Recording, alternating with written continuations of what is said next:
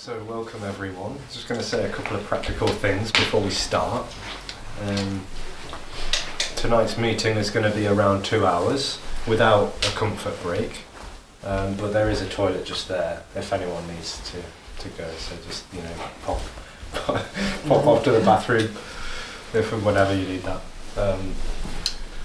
And there's going to be an introduction for a little while, and then after that there's just going to be an open space to chat, to ask questions, to say things, and to whatever happens, whatever arises, it's just arising as it is.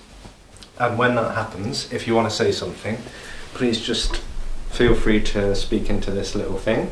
It's a wireless microphone, and you don't need to hold it too close or too far. Just somewhere around here is fine. If you really, really don't want to be in the recording, I can edit it out. That is no problem. Yeah. And whatever you do, please don't do this.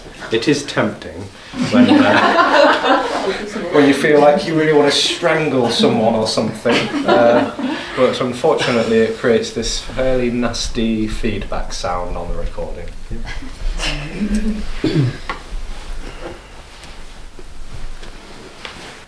So it's lovely to be here with you all. It's lovely to be invited to Prague, and it's just thank you for the invite. And there's no one here actually.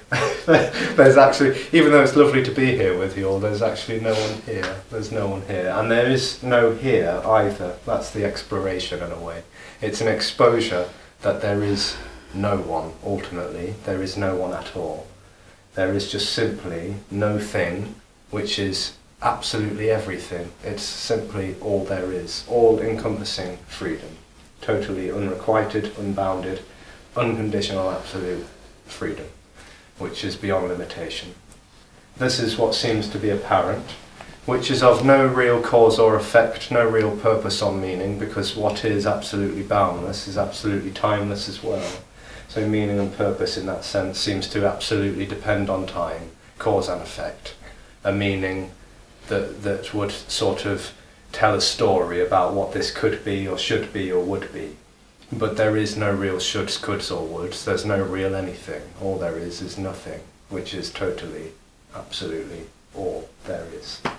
And the boundlessness that's seemingly exposed and yet never known, because there's nothing separate from this to know it, can appear in any which way. It can appear as sensation, it can appear as heat, cold, it can appear as green, nature, it can appear as vibrancy in any which way. Energetically, it just seems to be palpable and vibrantly everything.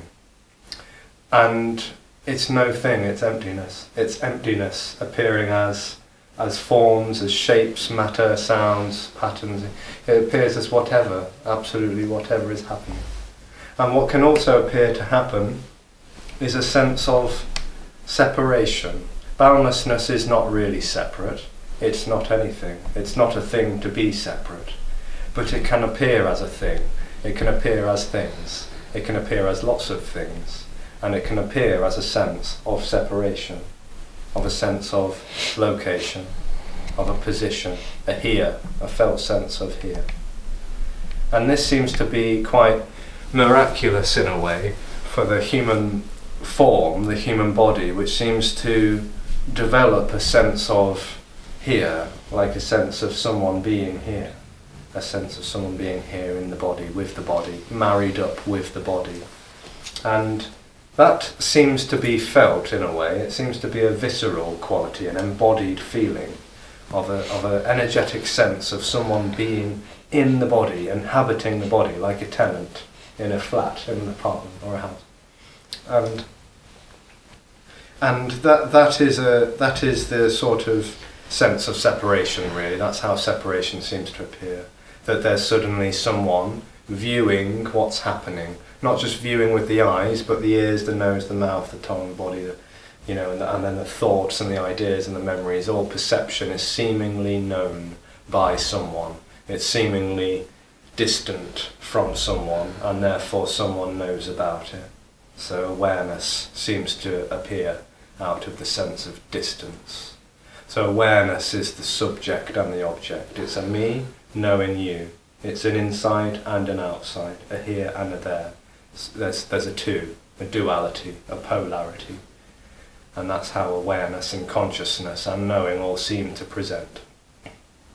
And when there's this sense of awareness developing, it seems to be timely, because time is also something sensed as a thing, an object, as something that I relate to. So I'm relating to time, and I'm moving through time. I'm getting older, I'm growing up, I'm becoming a this kind of person or a that kind of person. And identities might seem to appear, and other things like that. So identities and beliefs and opinions and views and values all might seem to appear, and it all perhaps seems very personal, like this is really happening to someone. And perhaps what also seems to set in is that there's someone in control of all of this. Because there's a sense of someone in the body, that sense of someone in the body feels like it's going somewhere and doing things and being a certain way.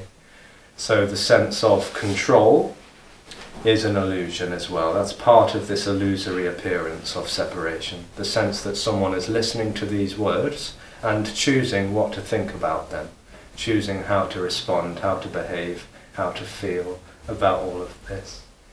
And that may seem all, again, very personal and real and sort of tight, perhaps. And as that goes on, it all feels like it's moving on a path in time and space and consciousness. And there may be the appearance of this all being like a real story that is happening to someone, and everyone is validating that as a reality. Like everyone is affirming, confirming that this is this is the way it is. This is normal. It's just simply the way it is. Everyone's a real person. Everyone's really separate from each other. They're all real. I'm real. We're all, we all tell each other we're real. We all convince each other that separation is the ultimate, absolute foundation of the universe, and consciousness is very important. And this is all exposed as completely nonsensical dream stuff. None of that is real whatsoever. None of it is. It's total illusion, dream stuff, completely.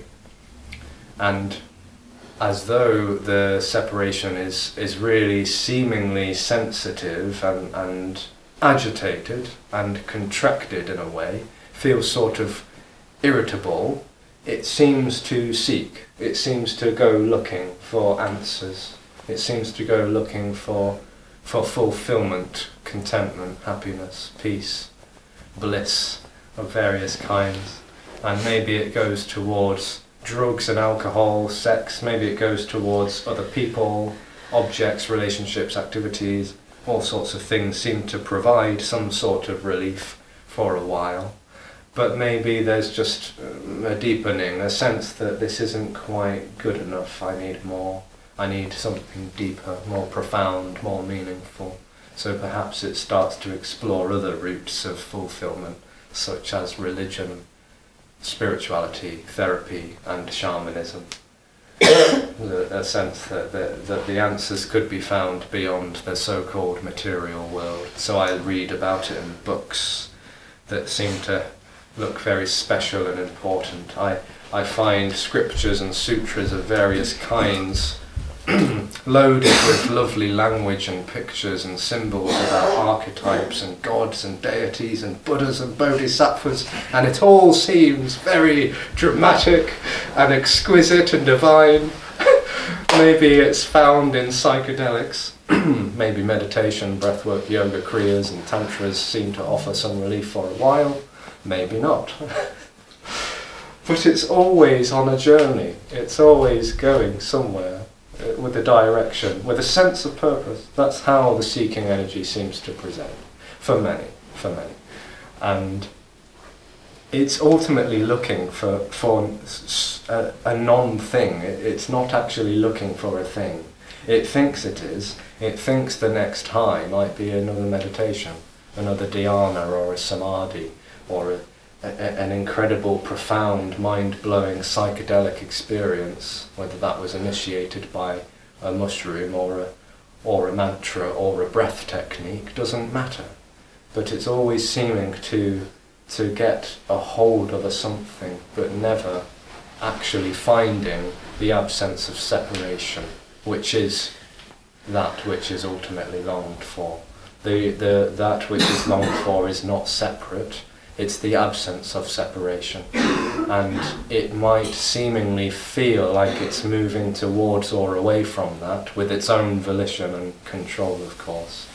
But it never finds the absence of separation, because the dream of that separate experience is separation. So it never gets to the end of that, because it is that. It is the appearance of an edge, where I meets you, where there's the sense of here I am and there I'm not, and that's the illusion all in. So it never finds that. It never gets closer or further away from that. It's never actually distant from that, because the separation experience is already absolutely illusory. It's not really happening, and the only thing that seems to feed this dream of being a real separate self is the sense of going after an object, because if there's an object I can have, that means I am a someone that is having it. There's neither. There's no subject or object. There's no real separation or distance. All there is already is timeless, immediate, spontaneous, free-flowing vibrancy, which is totally beyond direction and dimension already. It's all there is, it's everything. It's not limited by being in the future. It's not limited by being over there in an ashram or a temple or a cave or wherever. It's not limited by being in a place, a thing, a person, or a future-orientated event. It's not limited by experience, it's not limited by being a state, it's just not limited whatsoever. It's already everything.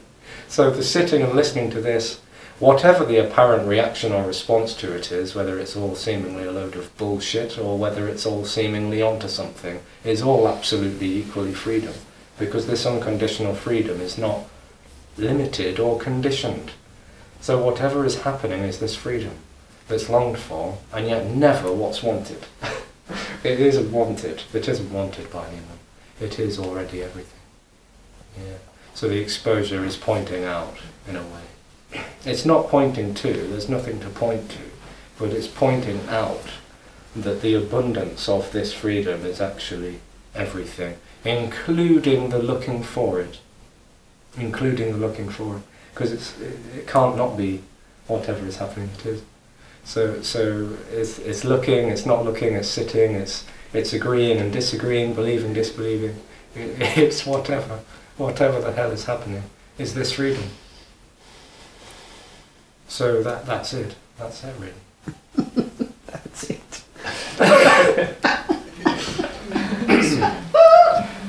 Of course. So it was never lost. It was never found, it was never hidden, it was never secret, it was never really revealed or discovered, because it is already. The alreadiness that could never be heard or known, because there is no process towards this. There is only this, which is outside of time, space and consciousness already. So it's absolutely everything.